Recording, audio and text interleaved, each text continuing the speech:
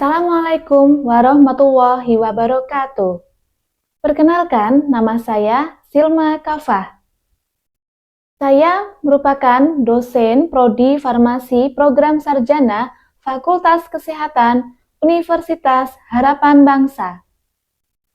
Video ini saya buat guna memenuhi sertifikasi dosen tahun 2025 dalam pernyataan diri dosen dalam unjuk kerja Tridharma Perguruan Tinggi atau PDD UKT-PT dalam bidang pengajaran. Saya telah bergabung di Universitas Harapan Bangsa sejak tahun 2020 dan mulai aktif mengajar sebagai dosen tahun 2021. Kelompok bidang keilmuan saya adalah farmakologi dan farmasi klinik. Mata kuliah yang saya ampu adalah farmakoterapi pernafasan, farmakokinetika, farmakoterapi saraf dan psikiatrik, farmakoterapi panca indera tulang dan sendi, farmakologi, farmakologi molekuler, anatomi fisiologi dan manusia, serta manajemen farmasi rumah sakit.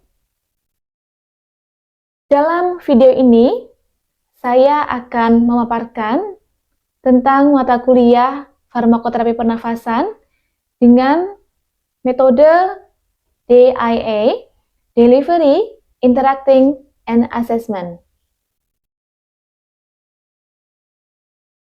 Identitas mata kuliah ini, farmakoterapi pernafasan dengan kode FA2116, tahun akademik semester ganjil tahun 2024-2025. Mata kuliah ini diajarkan pada mahasiswa semester 3 dengan bobot 2 SKS dengan jam tatap muka 2 jam setiap pertemuan yang dilaksanakan selama 14 minggu pertemuan. Deskripsi mata kuliah ini mempelajari tentang pokok bahasan mengenai anatomi dan fisiologi sistem pernafasan, uji fungsi respiratori, epidemiologi, konsep patofisiologi, konsep evidence-based medicine, konsep farmasi klinik, dengan konsep metode analisis masalah terkait drug-related problem pada penyakit sistem pernafasan, yakni common cold, asma, bronkitis, penyakit paru obstruktif kronik, rinitis alergi, cystic fibrosis, hipertensi pulmonal, pneumonia, dan penyakit paru karena obat. Capaian pembelajaran mata kuliah. Setelah mengikuti kegiatan pembelajaran farmakoterapi pernafasan, diharapkan mahasiswa bisa mampu menjelaskan mengenai anatomi dan fisiologi sistem pernafasan serta uji fungsi respiratori, menjelaskan mengenai farmakoterapi penyakit common cold, asma, rinitis alergi, penyakit paru obstruktif kronik, bronkitis, cystic fibrosis, hipertensi pulmonal, pneumonia, penyakit paru karena obat, serta bisa menjelaskan studi kasus penyakit pernafasan.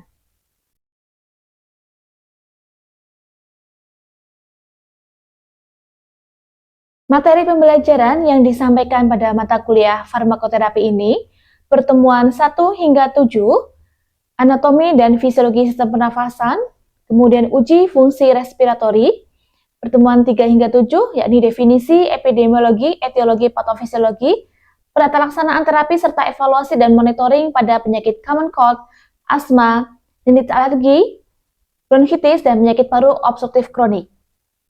Kemudian pertemuan 9 hingga 15, yakni akan membahas farmakoterapi yang meliputi definisi, epidemiologi, etiologi, patofisiologi, penata laksanaan terapi serta evaluasi dan monitoring pada penyakit cystic fibrosis, hipertensi pulmonal, pneumonia, dan penyakit paru karena obat.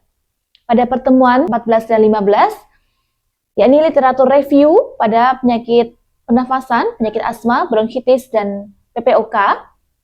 Kemudian literatur review pada penyakit pneumonia, cystic fibrosis, dan hipertensi pulmonal pada pertemuan terakhir.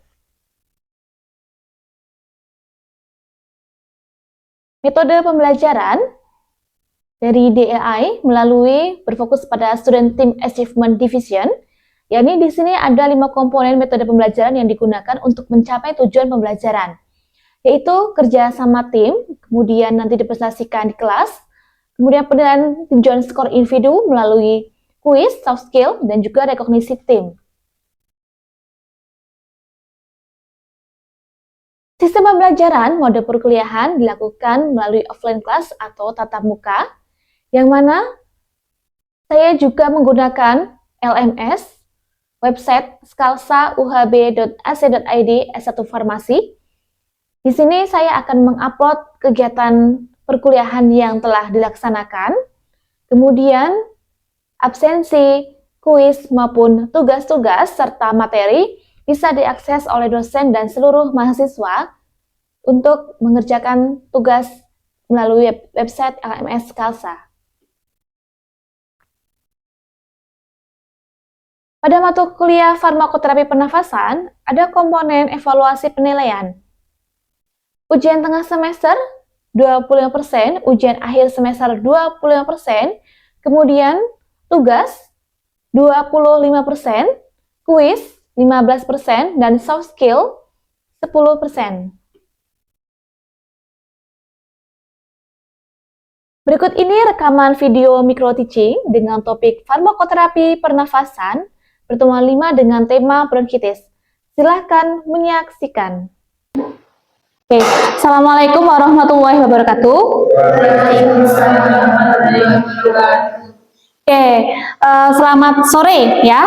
Hari ini kita akan kuliah farmakoterapi pernafasan untuk pertemuan yang kelima dengan tema bronkitis. Ya. Nah, sebelum masuk di pertemuan, mau tanya, kalian sehat semua di sini? Oke. Untuk absensi di hari ini silakan dibuka untuk staffsanya. Absen sudah dibuka ya. Coba dulu Mbak Saksi dan teman-teman juga bisa dibuka atau tidak absensinya. Bisa ya? Sudah absen ya. Ya, kemudian sebelum masuk ke pertemuan yang kelima, kemarin kita pertemuan 4 adalah tentang asma ya, farmakoterapi pernafasan asma. Sudah dikerjakan tugasnya teman-temannya? Sudah. Oke. Gue mau review sedikit nih ya. Kalau asma itu kita tentang apa kembali asma? Gejala, kemudian ada definisi asma. Nah, asma itu penyebabnya apa ya? Salah satunya faktor lingkungan. Gimana Mbak Kiki? Salah satunya karena faktor lingkungan. Oh ya, faktor lingkungan. Bisa karena cuaca yang dingin gitu ya. Dan sebab lain bisa karena debu, makanan juga bisa. Oke, kemudian untuk asma sendiri pengobatannya bisa dengan apa?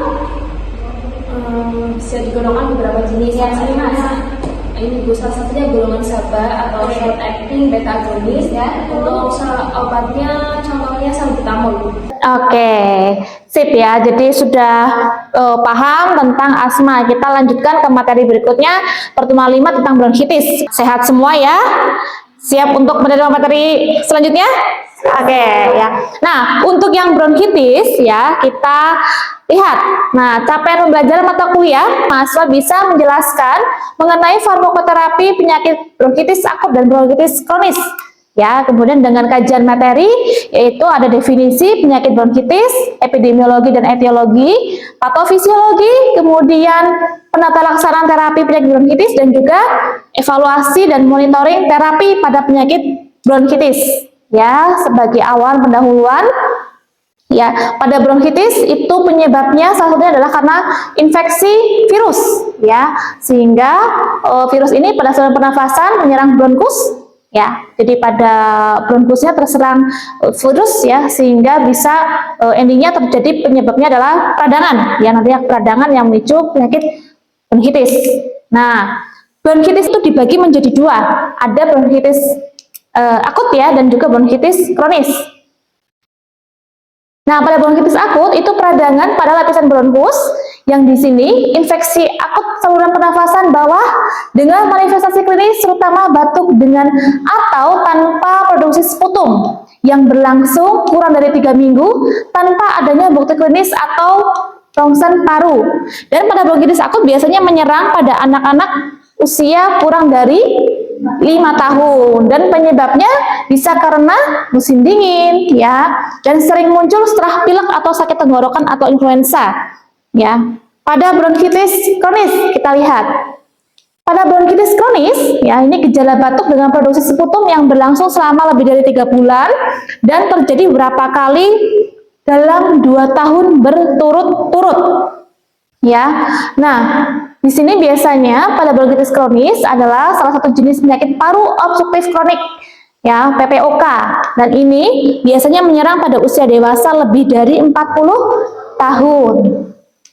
Oke, kita lanjutkan pada epidemiologinya, ya. Nah, ternyata prevalensi bronkitis kronis itu berkisar 3-7% orang dewasa yang mengalami gejala bronkitis, ya. Dan ternyata dari hasil studi epidemiologi, perokok aktif, ya, dia lebih berisiko tinggi menderita bronkitis kronis karena dia paparan rokok yang berulang-ulang, ya. Kemudian etiologi. Nah, kita masuk ke etiologi bronkitis kronis, ya. Ternyata ada paparan agen inhalasi yang iritasi. Ya, contohnya merokok sebagai kontributor utama, kemudian polutan lingkungan. Apa nih contohnya polutan lingkungan? Asap kendaraan, polusi udara, ya, bakar sampah, ya, sekarang yang sudah sering ya di berita ya, bakar-bakar sampah, kemudian banyak bayi, anak-anak yang menderita batuk, ya, jadi sampai ke pneumonia bahkan. Nah, jadi karena paparan berulang ini bisa menyebabkan peradangan kronis pada saluran pernafasan dan meningkatkan produksi dahak di saluran nafas, ya. Dan faktor lain etiologi pada bronkitis juga bisa karena genetik, ya, atau infeksi. Kalau bicara infeksi, nanti kita lihat ada beberapa virus, ya, dan bakteri yang menyebabkan bronkitis. Nah, nih, pada virus, ya, virus pernafasan sebagai agen infeksi utama pada bronkitis akut, ya, dia sudah cukup tinggi, mencakup 85-95% kejadiannya, ya. Coba bisa dibaca mungkin Mbak Nimas atau Mas Rido, ada virus apa aja di sini?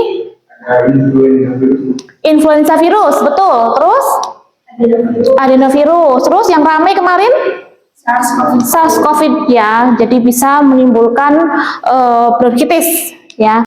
Oke, kemudian gejala bronkitis. Ya, pada gejala bronkitis biasanya ditandai dengan demam, batuk, sesak nafas. Karena apa?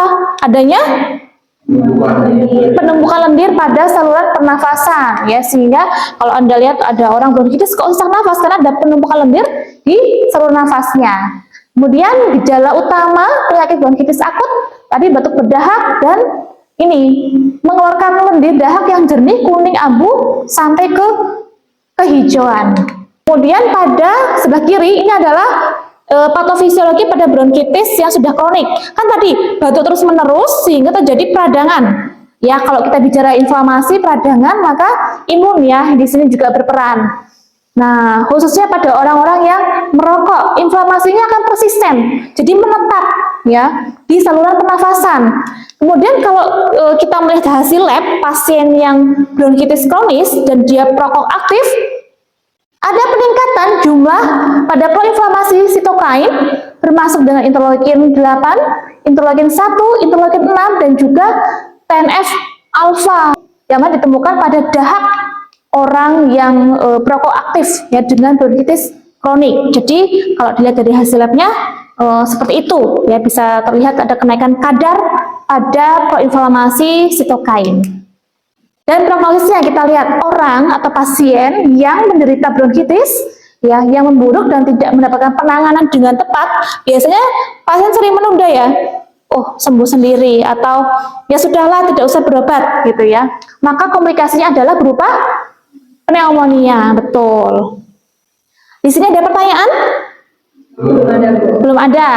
Mungkin Ibu tanya sedikit, ya. Tadi kalau bronkitis dibagi menjadi dua, bronkitis apa? Bronkitis akut dan kronis. Bronkitis akut dan kronis, ya. Oke, kemudian tadi patofisiologinya sudah, prognosisnya kita sampai nih. Bagaimana penata laksanaan pada terapi bronkitis, ya? Sudah dibaca belum di pironya? Sudah di piro, ya, ada di piro, e-book di piro yang terbaru, ya, untuk acuan algoritma terapi bronkitis, ya. Jadi sebenarnya tadi pengobatan dan pencegahan bronkitis, ya, dia bisa menggunakan obat mukolitik untuk mengecerkan lendir di paru, ya. Kemudian dalam mayoritas kasus sebenarnya bisa sembuh sendiri tanpa perlu pengobatan. Tapi tadi kita harus motivasi pasien untuk minum cairan yang banyak. Kemudian apa lagi? banyak istirahat, ya. Kemudian ini apa? Gaya hidup yang seperti apa? Makan makanan yang sehat, olahraga ringan, menghindari merokok. Makan makanan sehat itu yang seperti apa ya? Piringnya harusnya bagaimana? Teh, ya, antara karbohidrat, sayur buah, protein harus seimbang. Olahraga ringan dan teratur, ya, seminggu 3 kali, sekali jalan olahraga itu 30 menit, bisa jogging, ya. Ada yang suka jogging? Ada. Atau mungkin suka ke gym? Enggak, bayar ya. Oke. Kita lanjutkan di pengobatan bronkitis akut. Nah, ini bersifat simptomatik dan suportif. Jadi sebenarnya tadi selain pasien istirahat bisa diberikan terapi simptomatik dan suportif atau juga bisa menggunakan mist ya, vaporizer ya. Jadi untuk mengencerkan dan melonggarkan sekresi pernafasan dan juga tadi dimotivasi untuk minum cairan ya untuk mengurangi viskositas. Viskositas itu apa? Kekentalan ya. Jadi untuk mengurangi kekentalan di dahaknya ya pada untuk sekresi pada pernafasan. Bronkitis akut yang mild.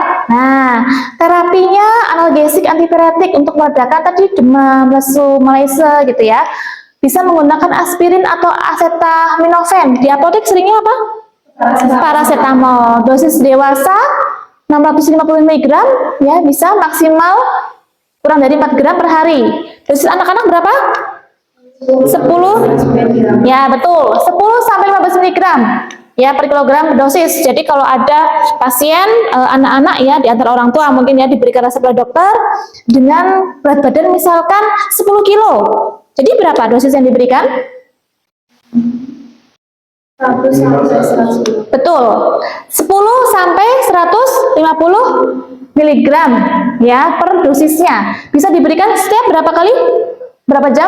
4 sampai 6 jam. Jadi pilihannya itu ya untuk anak-anak dosisnya. Jadi kalau anak-anak sampai 10 kg dia mungkin ibunya pakai yang paracetamol cair gitu ya, sirup.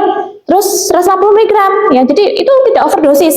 Masih dalam tentang dosisnya, betul. Nah, penggunaan aerosol agonis reseptor beta pada kerja panjang ya, salmeterol dan formoterol. Ini lebih efektif dibandingkan agonis reseptor beta 2 short acting ya, salmeterol dan formoterol. Oke. Kemudian untuk inhalasi kronis kombinasi agonis reseptor beta kerja panjang LABA dan kortikosteroid. Ini ada kombinasinya ya, contohnya salmeterol dan fluticasone. Algoritma terapi. Nah, ini bisa dibuka di pironya ya. Silahkan nanti dilihat algoritma terapinya. Ini pasien ya. Ini kita bukan dokter ya. Kalau diagnosa itu ranahnya dokter. Nanti kita adalah pada pemilihan terapi untuk membantu rekomendasinya. Ya, jadi dilihat menilai faktor risiko pada pasien, usia, mungkin dia sudah sampai ke tingkat keparahan pada POK atau COPD, kemudian kekambuhan ya dalam 1 tahun lebih dari 4 kali atau tidak, kemudian ada penyakit jantung atau tidak gitu ya. Kemudian juga penggunaan antibiotik ya, dilihat. Ini ada alur terapinya, misalkan pada pasien dengan minimal simptom dan tidak ada faktor risiko tadi. Pengobatannya dengan ini apa? Rest is istirahat, symptomatic treatment ya, observasi. Oke, symptomatic treatment tadi apa pengobatannya yang di depan? Bronkitis akut dengan paracetamol ya, acetaminophen. Oke, kalau tidak respon baru nanti kita sputumnya kita culture ya. Jadi dikultur bagaimana? Mungkin ada pembandingnya yang lain. Kemudian ini prominent simptom dan tidak ada faktor risiko. Ya mungkin dia baru bronkitis kronik yang simple. Bisa diberikan oral antibiotik terapi second generasi makrolida, kemudian generasi ketiga ya cephalosporin. Antibiotik yang lain contohnya apa ini? Amoxicillin. Ya, kalau tidak respon di kultur sputumnya. Nah, yang terakhir ini adalah pada simptomnya hadir semua dan ada faktor risiko, mungkin usia, kemudian exacerbasi kekambuhannya mungkin lebih dari 4 kali per tahunnya, dan dia sudah sampai tahap apa ini? Komplikasi, ya.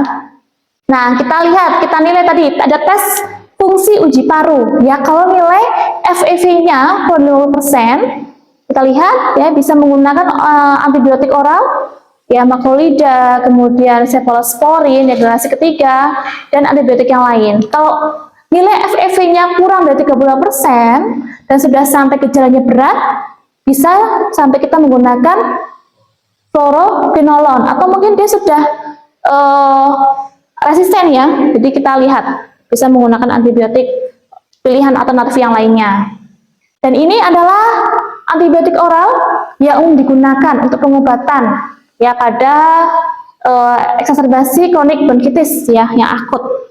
Contohnya ini levofloxacin, ya, dengan dosis 500 sampai 750 mg untuk pasien ini apa? Dewasa, ya. Oke, dari semua pengobatan ini, ya, kita sebagai calon apoteker farmasi, kita harus menggunakan pharmacy care, ya, dalam proses perawatan farmasi, ya. Jadi slogannya itu berkolaborasi, harus berkomunikasi, dan juga dokumentasi, ya. Tidak boleh kita kerja sendiri, berdiri sendiri, tidak. Kita harus sering berkolaborasi dengan teman sejawat yang lainnya, ya. Nah, ini adalah mengumpulkan data pasiennya, riwayat pengobatannya itu apa, ya.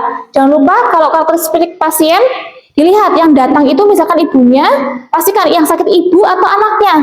Jangan sampai nanti salah menghitung dosis, betul. Kemudian riwayat sosial, apakah dia merokok, kemudian apa obat-obatan yang sedang dia konsumsi, ya.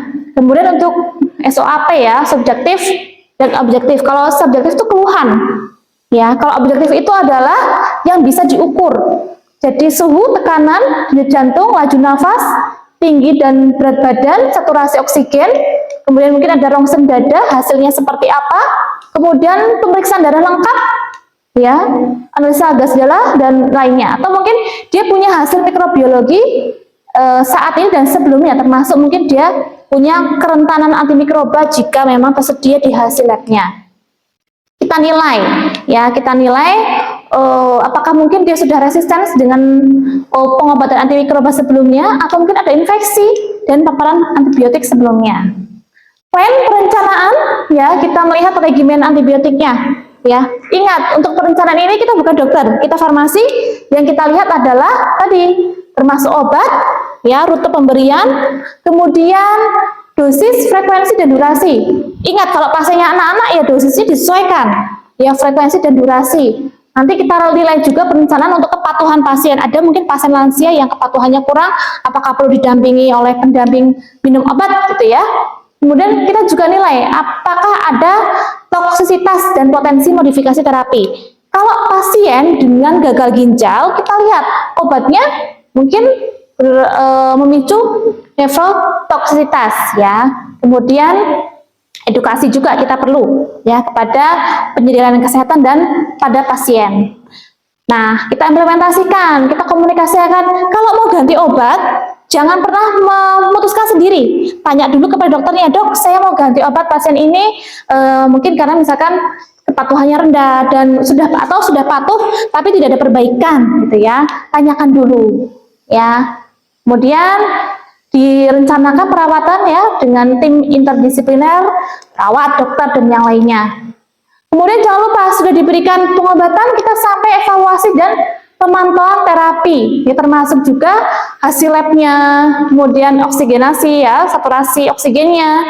Kemudian tadi kalau ada obat-obatan yang memicu kerusakan pada ginjal, kita harus ngecek ini, ya, pada serum kreatinin, betul. Jadi harus kita lihat. Oke, kemudian pada pengobatan, ya, nah ini, kalau memungkinkan kita mengubah terapi empiris menjadi terapi yang diarahkan patogen. Ini tadi pasien sudah sampai tahap resisten. Patogennya, ya, penisilin, kemudian pilihannya episilin, ya, ada pilihan terapi yang kalau sudah tidak bisa, ceftriaxone, cefotaxime, ya, vancomycin, ya, sudah sampai vancomycin sudah cukup tinggi. Oke, di sini ada pertanyaan? Belum, bisa dipahami ya. Coba kita sampai ke kesimpulan. Nah, kesimpulannya bronkitis adalah penyakit peradangan pada lapisan bronkus. Kemudian bronkitis akut ditandai dengan adanya peradangan epitel pada saluran nafas besar karena adanya infeksi atau adanya paparan. Contohnya? Oke, pengobatan untuk bronkitis akut bersifat simptomatik dan suportif. Simptomatik contohnya obat apa? Paracetamol. Dosisnya masih ingat tadi untuk anak-anak berapa? 10? Oke, kemudian ya betul.